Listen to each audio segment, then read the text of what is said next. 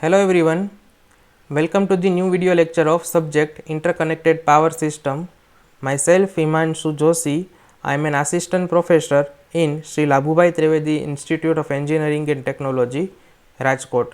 I will continue my lecture from the chapter number 4, that is the economic operation of power system.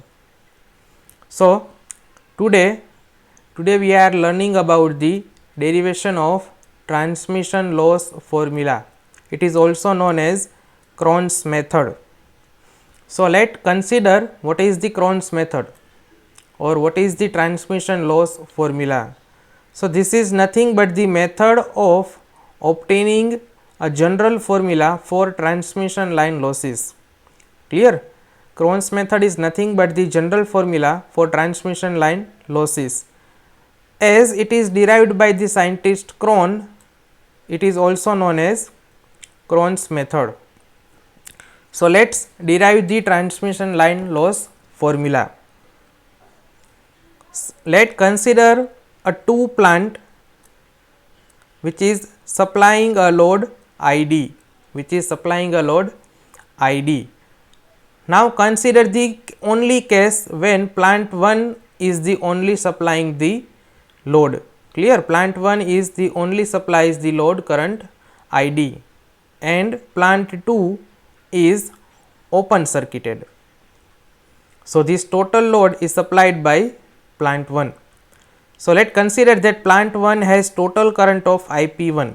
Plant current has total current of IP1 and it is supplying the some amount of current ID. So now let me write a factor MP1 which is equal to the ratio of IP1 over ID. MP1 is equal to IP1 upon ID. Now what is this ratio? Ratio of IP1 over ID. This ratio is known as current distribution factor. This ratio, that means MP1, I will define MP1 as current distribution factor. Why it is current distribution factor? Let me give you one example. Suppose load demand is 20 ampere. Load demand is 20 ampere and suppose total IP1 can supply a demand up to 30 ampere. So this ratio is nothing but equal to 1.5. This ratio is nothing but equal to 1.5. So what does it mean? 1.5? That means from total current that is equal to 30 ampere, 20 ampere is supplied to the load and remaining 10 ampere is supplied to some other load. Clear? So that means 50% of current is supplied to another place and that is why it is known as current distribution factor. That means from 30 ampere what percentage or what amount of load is supplied to the load. From 30 ampere, from 100% of supply, what percentage of supply is given to the load? It is known as current distribution factor. So on the same way, consider the case when plant 2 is the only supplying the total load current and their current distribution factor is given by MP2 is equal to IP2 by ID. Clear? So total load is supplied by plant 2 and plant 1 is kept open. So we can say that MP1 and MP2 are called current distribution factor. That means from these two figure MP1 and MP2 we can identify the current distribution. So what amount of current supplied by plant 1 and what amount of current supplied by plant 2. So this current distribution factor depends upon the impedance of line and their interconnection. This current distribution factor depends on the impedance of line and their interconnection. Obviously this is the current distribution factor. So current always depends on impedance and the type of connection. It is not depends on what amount of load connected to the another end. Now consider the third case when generator 1 and generator 2 are supplying the current to the network. Clear? Now generator 1 is the current I1, generator 2 which is having a current I2, and total current is IP and total load is ID. So now total IP is equal to MP1 into I1 plus MP2 into I2.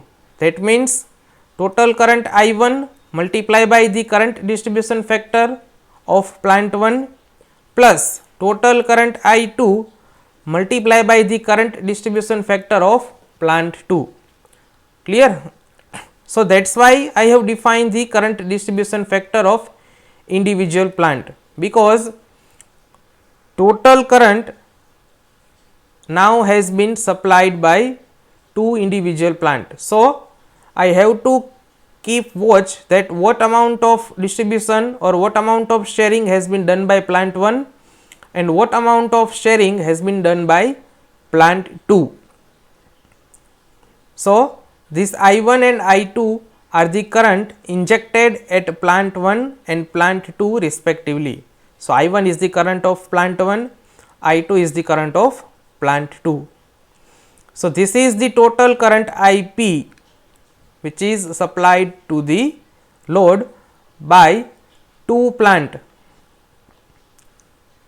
So let consider the certain assumption which is required to derive the transmission line loss formula. So the first assumption is all the load current have same phase angle with respect to common reference. All the load current has same phase angle with respect to common reference. So let me consider the magnitude of load current as IDI, where I is the number of units. IDI at an angle delta I minus phi I.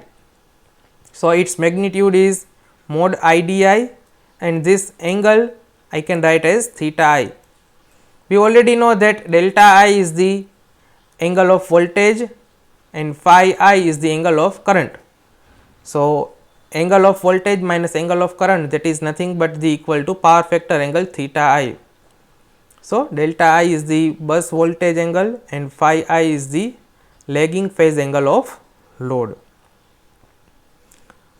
So this is the first assumption that theta I is small for all load current at all time, or we can say that theta I is constant for each type of load. So this is the first assumption that we have considered to derive the transmission line loss formula. Again I will repeat, theta I is the total angle of subtraction of angle of voltage minus angle of current. So this is the first assumption. Now consider the second assumption. Second assumption that the ratio of X by R, that means reactance to the resistance, is same for all network branches. The ratio of X by R is same for all network branches. Why I have considered this assumption? To make sure that this theta I will remain constant, because we know that Z is equal to R plus Jx, R plus Jx, and we also know that theta is equal to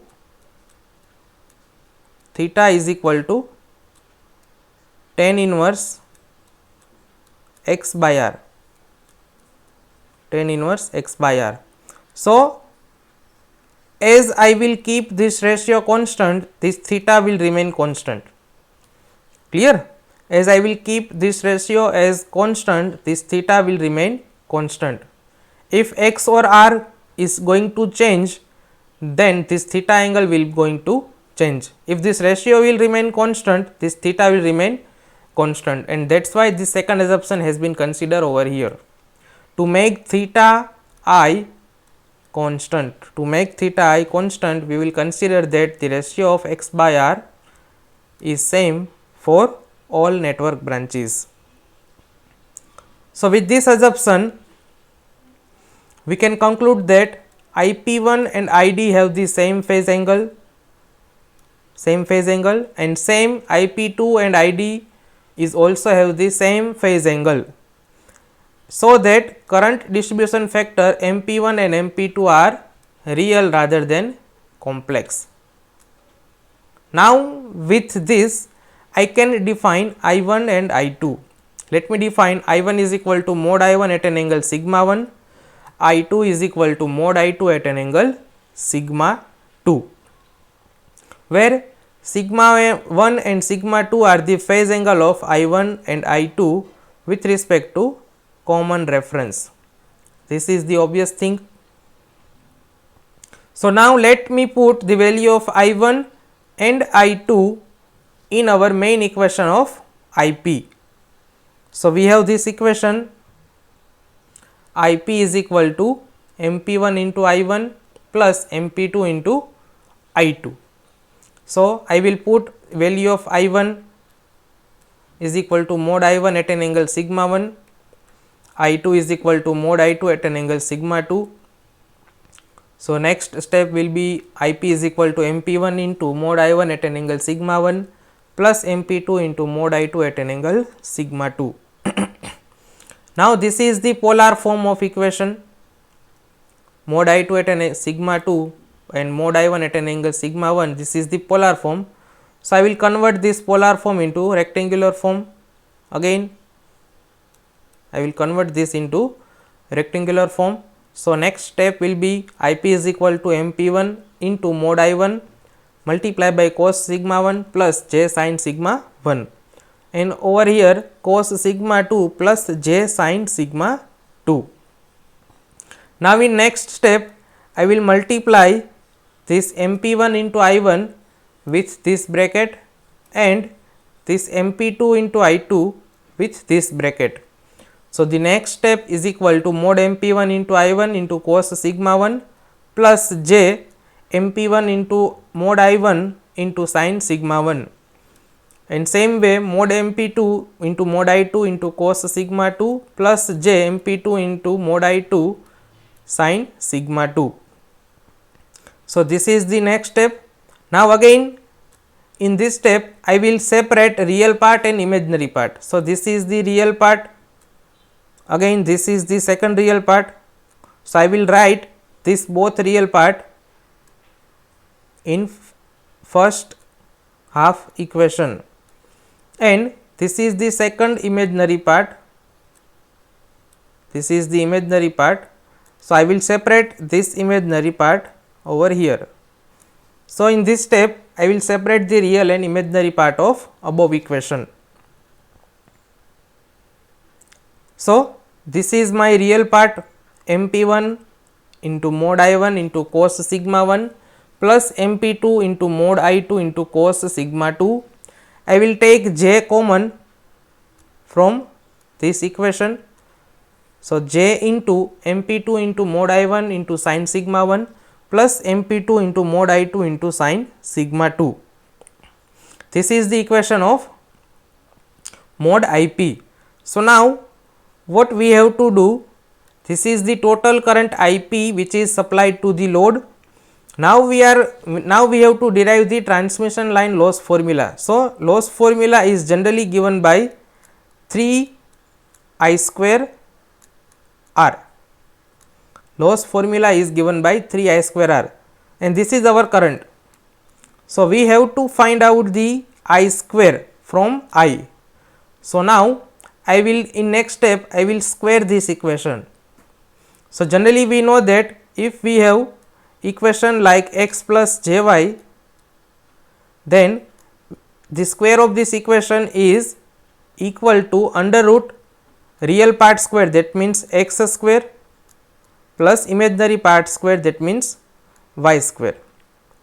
So, I have to do the square of this real part and square of this imaginary part. This is the magnitude, and if we have to take square, so this square and square root has been cancelled. So, the resultant will be x square plus y square. So, IP square is equal to this real part MP1 mod I1 cos sigma 1 plus MP2 mod I2 cos sigma 2 whole square, and imaginary part MP1 mod I1 sin sigma 1 plus MP2 I2 sin sigma 2 whole square. Now, if we simplify this equation, we will get this equation. How to simplify this equation? Please, you can look carefully that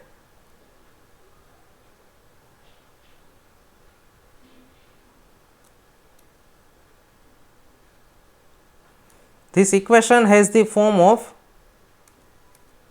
x. Suppose this equation is in the form of a plus b whole square. This equation is in the form of a plus b whole square. That means this is the a, this is the b and whole square. You can see over here also a plus b whole square.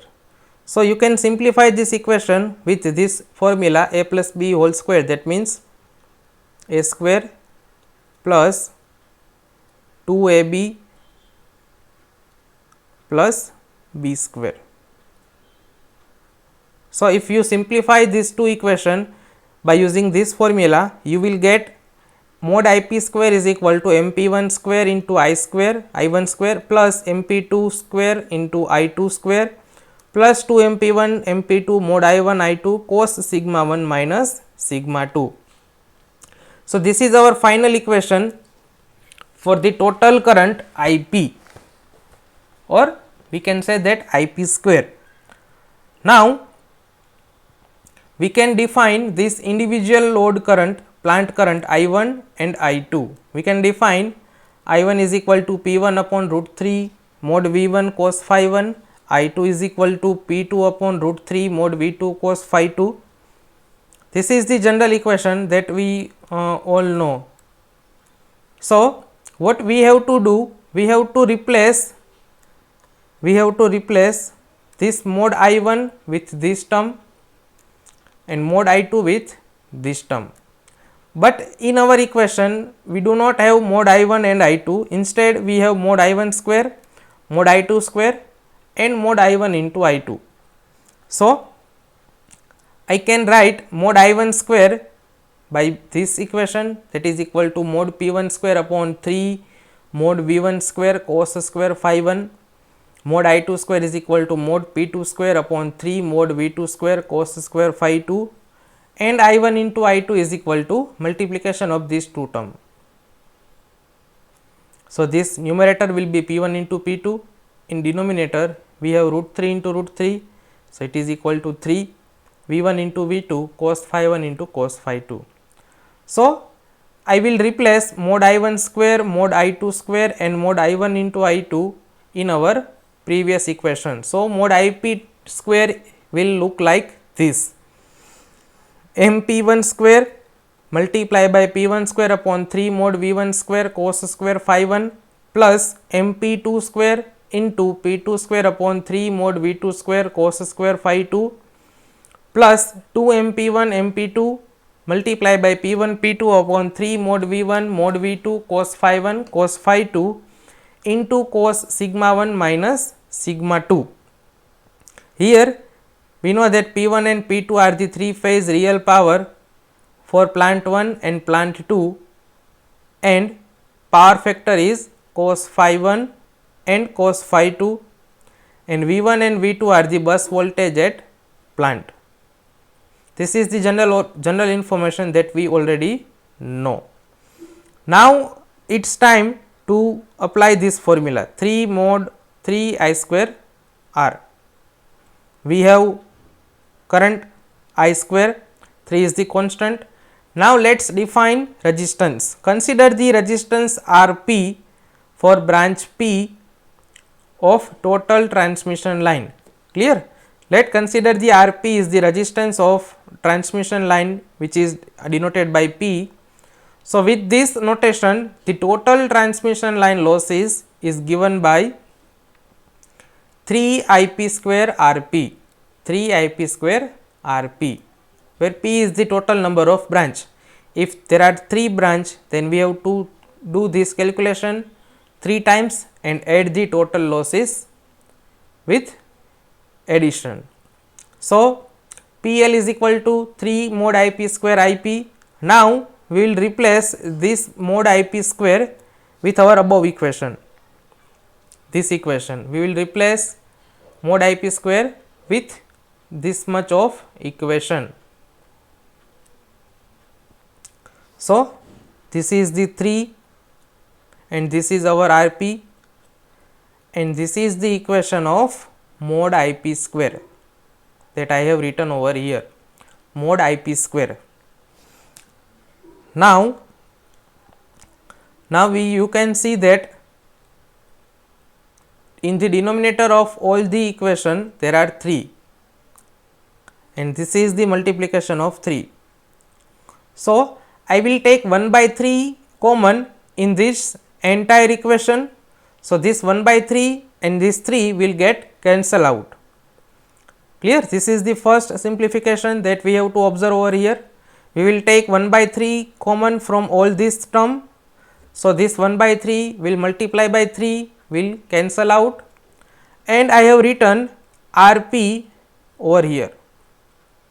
So, this is the simplification, first simplification of the equation.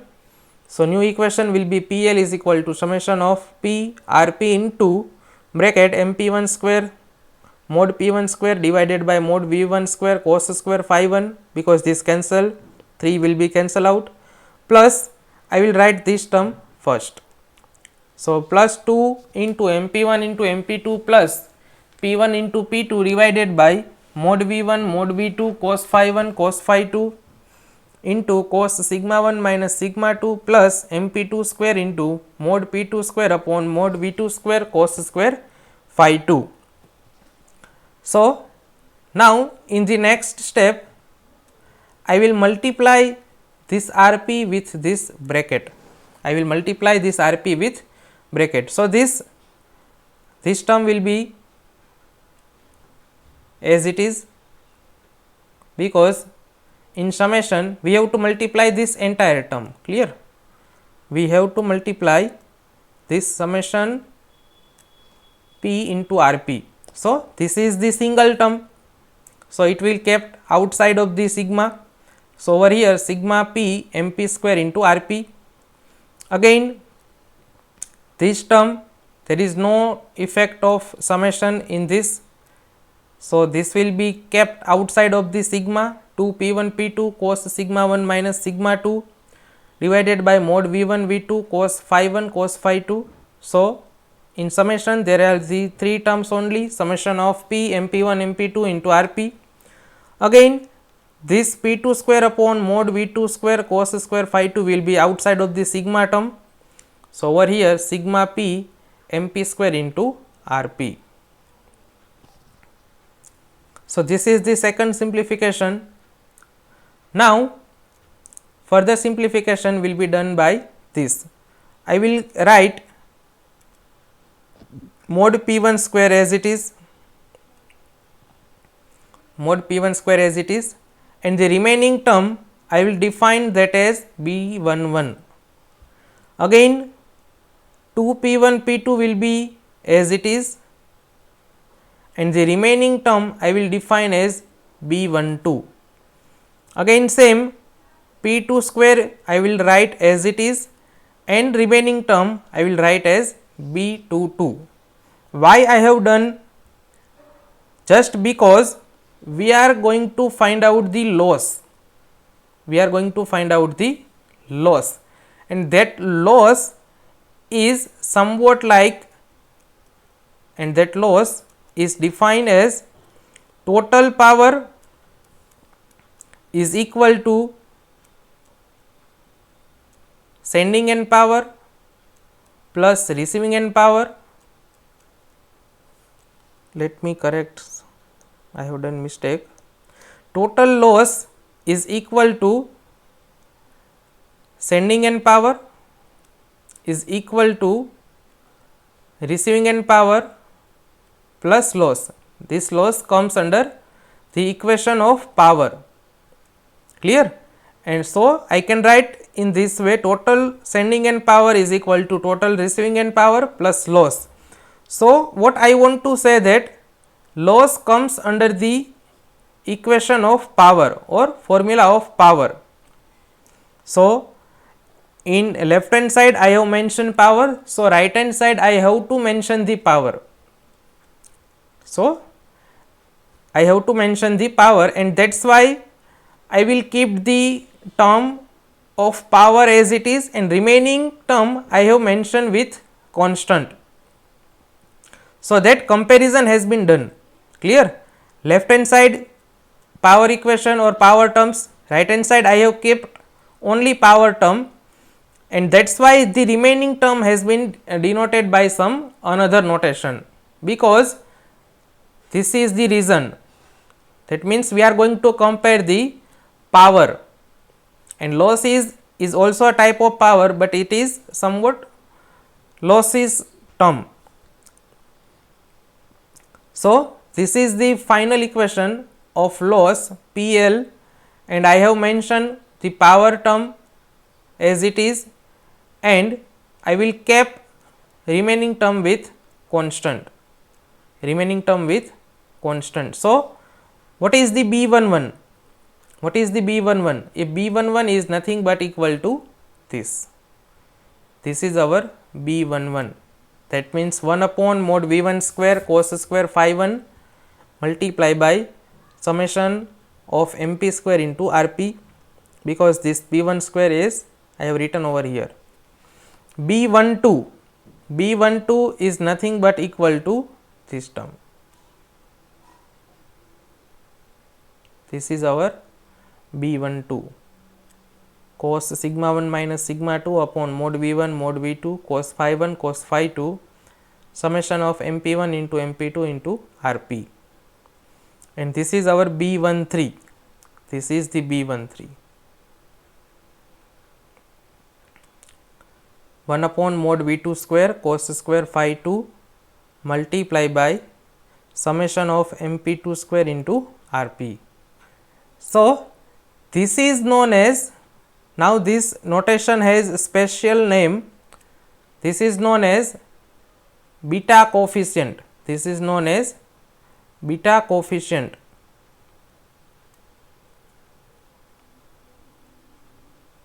This is known as beta coefficient for Cron's formula, clear. This is known as beta coefficient for Cron's formula or Cron's method.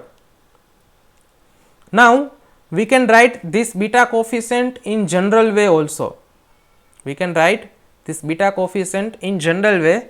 So, general formula for beta coefficient is look like this: cos sigma m minus sigma n upon mod Vm mod Vn cos phi n multiply by m Pm m Pn and Rp. And this loss, power loss, in general it can be written in this format, that PL is equal to summation m equal to 1 to k, n equal to 1 to k, Pgm, Bmn and Pgn multiply by Pgn. This is the general formula. You can check by putting m equal to 2 and n equal to 2. You can check this two formula PL, MB, Mn by putting m and n equal to 2. So, you will get this equation. If you will put m and n in this equation, you will get this equation, and if you put m equal to 2 and n equal to 2 in this equation, you will get this 3 equation, clear. So, this is the formula for Cron's method to derive the transmission line losses. This is the general formula for the transmission line losses based on Cron's method, and this is the beta coefficient related to Cron's formula or Cron's method. So with this we will ending our session. If you have any doubt, any question, you can give your doubt and question in comment section. Thank you very much.